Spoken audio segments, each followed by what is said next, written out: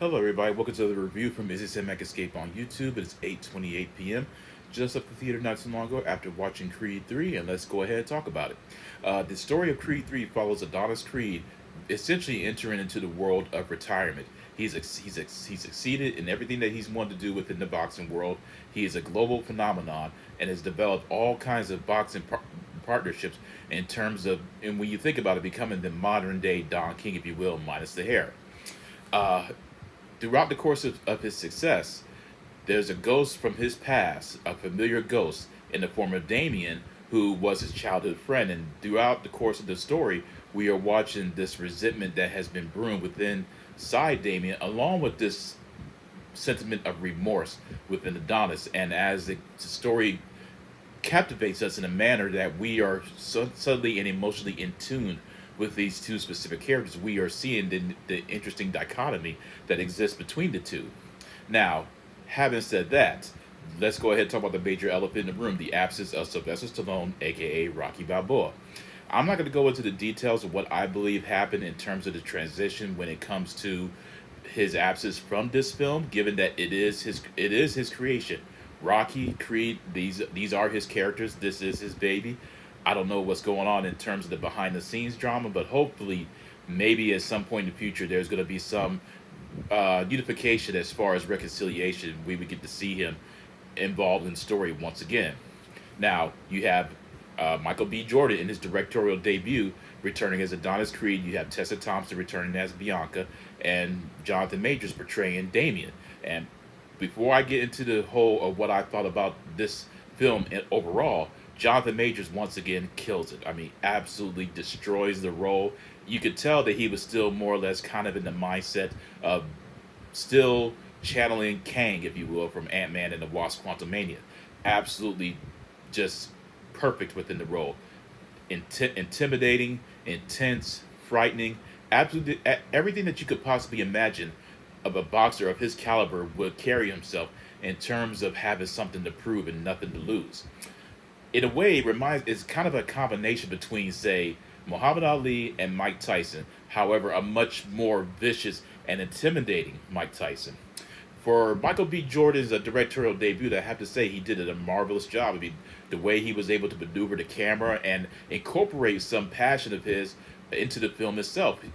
He is a self-admitted anime fan, and when you get into the fight sequences of the film, not only the initial fight sequences, but the overall tone, you definitely see his anime passion seeping in into the overall product, which is, I think, is a marvelous indication that we are finally seeing some directors who are attempting to establish their passion for anime by incorporating it into their films. And I think that's wonderful. You can see a lot of influence from, say, well, Dragon Ball Z, Naruto, Inuyasha. There's just a lot of interesting concepts of the anime world that, for all intents and purposes, in certain instances, it doesn't always work. However, the fact that Michael B. Jordan made it work is to me shows that he has some major promise within the world of cinema when it comes to directing, because you could definitely see the anime inspiration during the boxing sequences, especially with the overall usage of colors and visuals and the atmosphere. And there's one moment that I'm not going to spoil. You'll know when you see it. It is very much influenced by something that you definitely would have watched, is, say, Dragon Ball Z.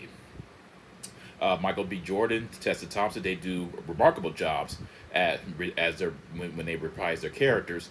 And once again, Jonathan Majors absolutely kills it within this role. I love seeing Jonathan Majors in anything right now because he's just killing it, just in every shape, way, and form.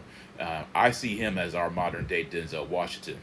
Uh, where I initially have some issues with the film, I would have loved to have seen more of an intense uh, battle between the two. It's not to say that it was bad or that it was detracting. It didn't really seem as if there was this.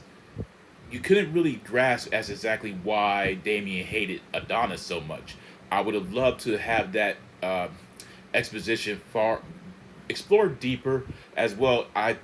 When what this film is also missing is Rocky.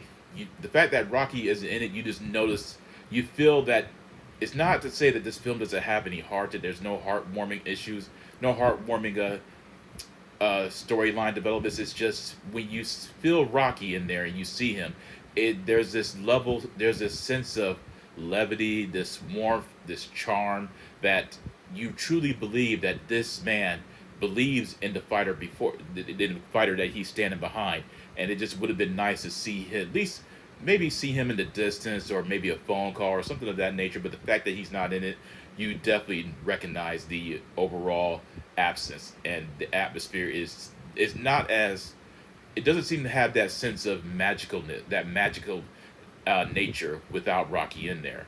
So hopefully they managed to find a way to rectify whatever, excuse me, whatever contractual issues or personal that's going on behind the scenes. Hopefully they're able to reconcile the differences and incorporate and bring him back once again, because he was definitely needed in this film, and I would have loved to have seen him. But it was also nice to witness the continued rise of Adonis Creed as he's further establishing himself as him. He's not Apollo Creed. He's not Rocky.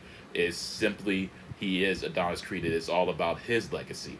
I'm hoping for the sequel, should there be one, we actually begin to see the development of his daughter, and maybe that would be a nice transition into having Rocky return and being more of a Mickey towards Adonis's daughter. But either way, I thought the film was very good, very entertaining, inspiring, and intensive. Pretty serious and a lot darker than anyone would expect. But I have to go ahead and give Creed 3 about an 8 out of 10. Very entertaining, fun. I do recommend it, and emotional as well. That is my review of this film. I hope you all enjoyed it. Let me know in the comment section what you thought about it. Visit my Discord and my Facebook if you're interested in having a discussion. And the next review is going to be 65. Hope you will hear from me again, my friends. Take care and peace out.